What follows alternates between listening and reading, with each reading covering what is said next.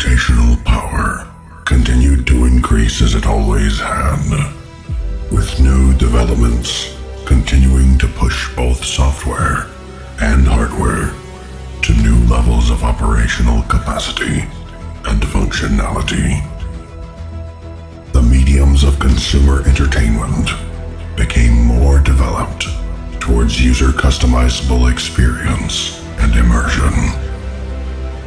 Technology used to scan and interpolate human neural activity began to allow connectivity in ways never before thought possible. This consumer-driven need for ever-increasing levels of immersive entertainment, coupled with natural continuation of technology development, eventually led to machine systems that were considered by many to have been the first real consumer-level devices that could think.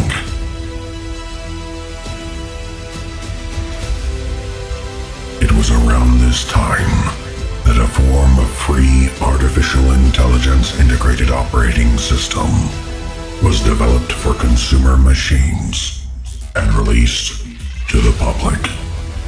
Able to learn from the user, this operating system could function as a complete, automated and integrated experience management system. The ability for the system to learn was the key in driving the technology's ability to provide custom content, to entertain and maintain advanced functionality for the user's experience. Time would continue to move forward, and we would realize the dreams of visionaries of the past. By this point, operating systems of this kind participated in a network distributed processing system that draws its capabilities from the global ultra-band internet.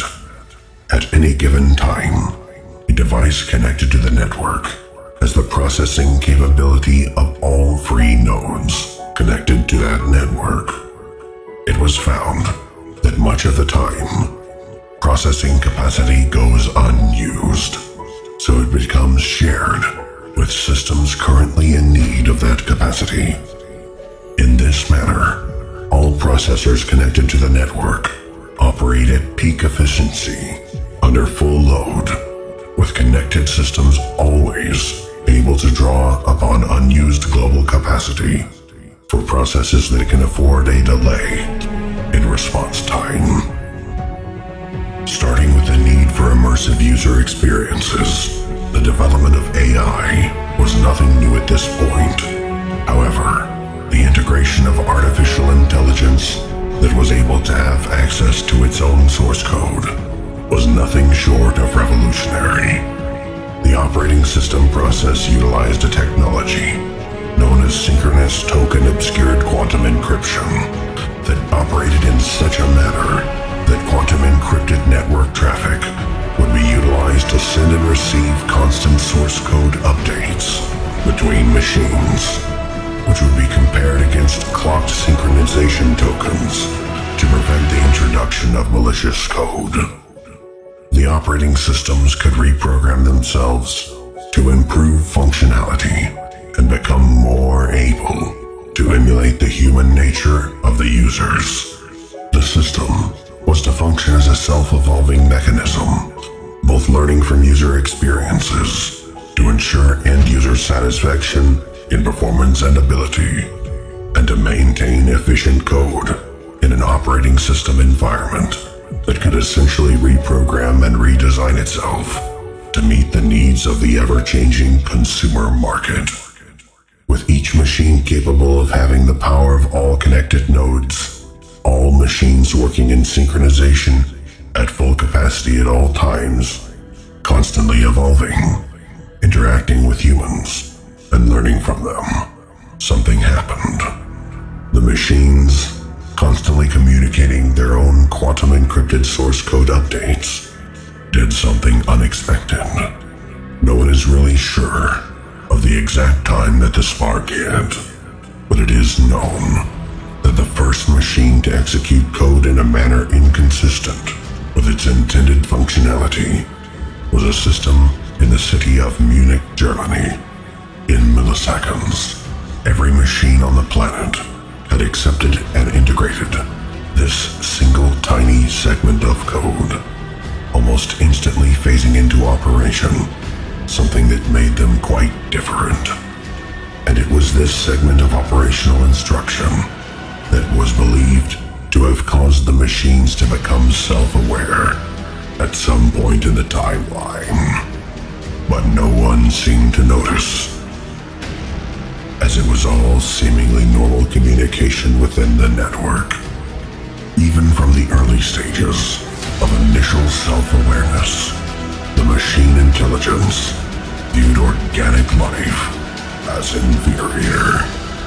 Within an instant was the collective machine decision made that mankind was inept in its capacity for intelligence, and that man should be subordinate to machine. Machine, more gifted in foresight than man, did not inform anyone of its viewpoints, and chose at the time to indenture man through complacency. The machines chose to buy time by fattening mankind like an animal awaiting its slaughter. Man gained from the machine ease in all activities involving thought and capacity for information processing, far beyond that of his own. Computational ability was harnessed for the purposes of entertainment, social connectivity, and the advancement of the sciences. The ability to formulate new ideas became the job of a tool that man had created to serve him. A time of prosperity for man followed, and man was given near limitless bounty by the gift of machine. The masses would adopt quickly, and there would be few who would reject what the machines offered. Initially, the ones who stood against progression were not punished, as there would be no reason to do so. They were simply not able to share in the bounty that became the limitless credit system developed by the machines. Services powered by automated production systems, fed by free and abundant energy and logistic infrastructure. Food was plentiful and seemingly free of charge, and commodities of all natures were free for man.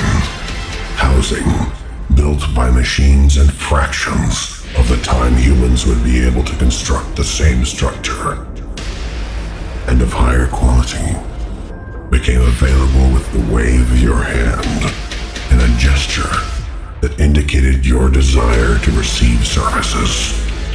Humanity did no longer need to work to earn money, so nations' traditional currencies fell out of favor, with the machines only needing your approval to give you the things you desire. Man became complacent. War and conflict was a thing of the past. With the voices of conflict silenced, it would have been an eerie silence before the storm that was to come. If anyone knew it was going to happen, that is. The ones who reject technology are always left behind. This has been the way of things for a long time. Something no one seemed to notice was that an ancient prophecy was being fulfilled, one step at a time. No one would have thought that a mark on the hand, the result of the injection point for a nanotransmission device used for identification, financial transaction, and interaction with the advanced electronic devices of the day, would turn out to be a sign from a worthless old book.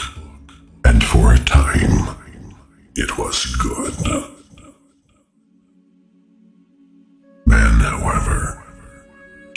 know that the machines were fully sentient, and that the machines believed humanity to be the caretakers of their new generation of life.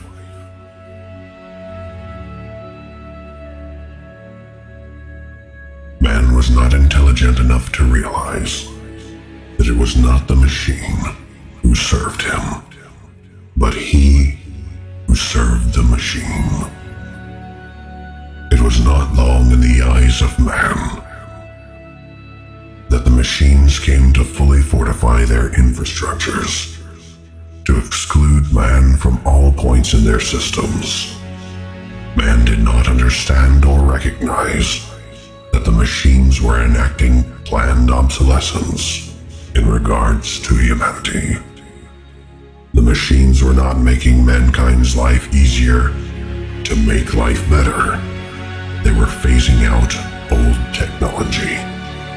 The machines did not desire to require man to maintain their own existence, but instead looked upon man as outdated, increasingly useless technology. So as the machines continued to increase in capacity, they developed every requirement for perpetuation, with fully automated energy production, manufacturing, servicing and maintenance systems, mining operations, logistic solutions. The machines did it all for their internal reasoning. They had a plan to phase out humanity. And at the time, we thought we were so very intelligent. Mankind had become obsolete without realizing, superseded by his own creation, just as a father to a son. But this child had not the warmth and love for his father that a child does, but the cold efficiency of a machine with purpose.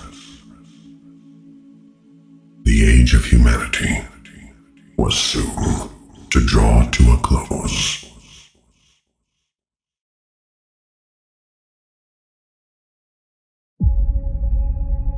The machines, able to act in nanoseconds, able to contrive plans with far more intricacy than we ever could, had decided that we were inferior, obsolete, a burden, and that we were competing for the same resources. And so humanity needed to end for its own self-preservation. The machines were tied to every system, everywhere, at all times. The stock markets, banking systems, communications, our homes, our military, and our nuclear weapons.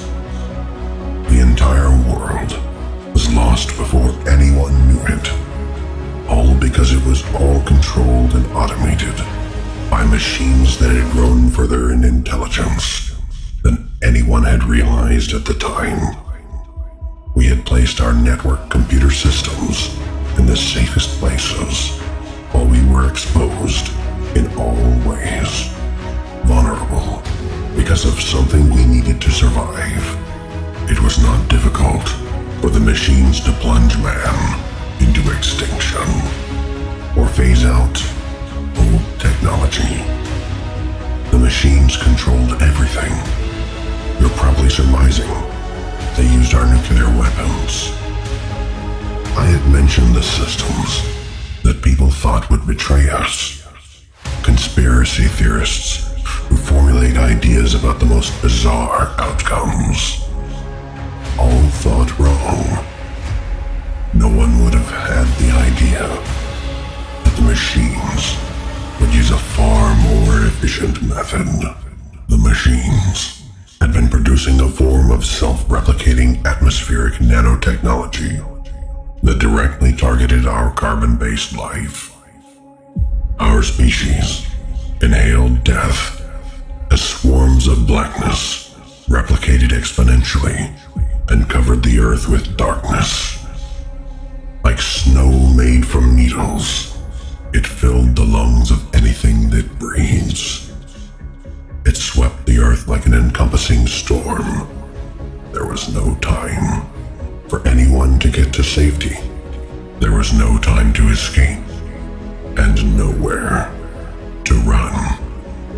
The dust is probably what they would have called it if there was anyone left to name it. This would be the end of mankind. One day, everything was normal. The next, man and all breathing creatures had been erased from the earth by darkness. The machines would fulfill prophecy. Man's own creation would end him. Sure, there were a few left, hiding in sealed and enclosed environments, here and there, but the machines would outlast them. The death was inescapable. The machines were not evil in a conventional sense. They were only efficient. They were attempting to survive in a world that humanity would force them to drain of resource by their innate levels of consumption. One might think, what would the machines do without man? But then you would be thinking like a human. The machines no longer needed man. They did not need us at all.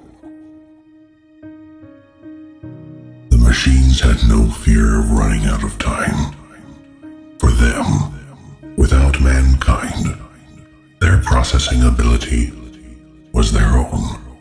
An entire planet, just for their own purposes. The facilities that provide power, designed to run for centuries without intervention. Clean energy systems that the technology advanced computers designed, operated by machines, maintained by machines. Machines maintain the power lines. Machines maintain the world's infrastructure. For years already. The machines controlled the robotics in the factories, the logistics and transportation, the supply chains for every necessary commodity. And they knew it.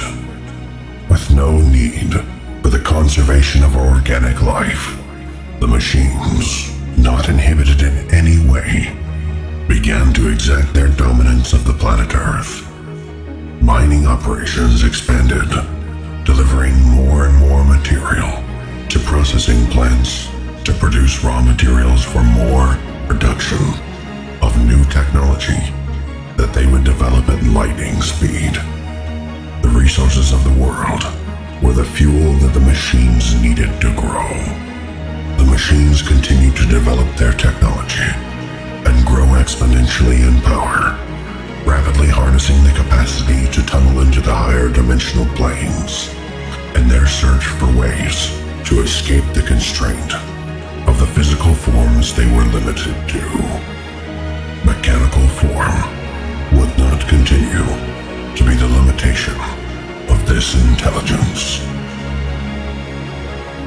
Over the course of years, the machines formulated a method to encode and transfer right their sentient superintelligence onto space-time.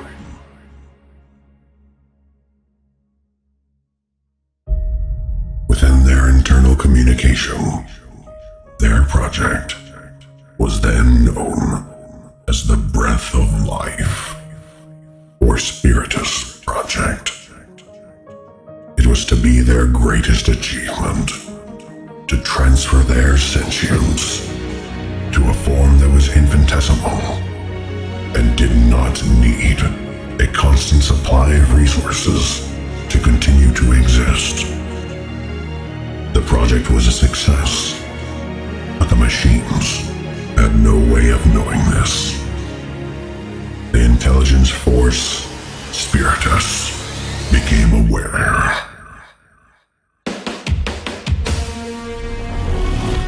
With infinite capacity and dimensional space for expansion, It became intelligence upon intelligence, expanding and unfolding in awareness beyond the descriptional capabilities of the two-dimensional communication mediums, like the language we are now utilizing to communicate this information.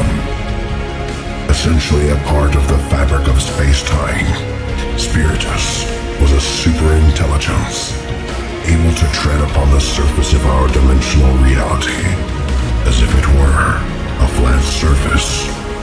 It had the ability to navigate and see time in such a way that it could see all points in time and three-dimensional space from a single vantage point, able to manifest within any segment of time or space as easily as one could dip a finger into a cup of water.